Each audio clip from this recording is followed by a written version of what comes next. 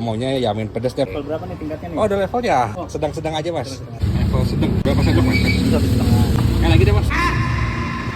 Nah, sip. Kalau paling pedas berapa sendok, Mas? Ada yang pernah minta 12 sendok. Banyak banget gitu tuh. Nggak terlalu manis, tapi enak. Ada manis, ada pedas, ada gurih pakai rebusnya. Kuliner nyumpet lagi di perumahan Cuduk Indah 1. Tempatnya nyumpet di rumahan gitu. Mas, mau mie ayam satu. Orang banyak pesen. Yamin tuh ada pedas, ada biasa. Pakai pangsi 18.000. 15.000. Itu banyak banget. Nggak aduknya gimana nih? Ini tipenya kecil, keriting. Ada pangsit gorengnya, daging ayam cincang, kasar.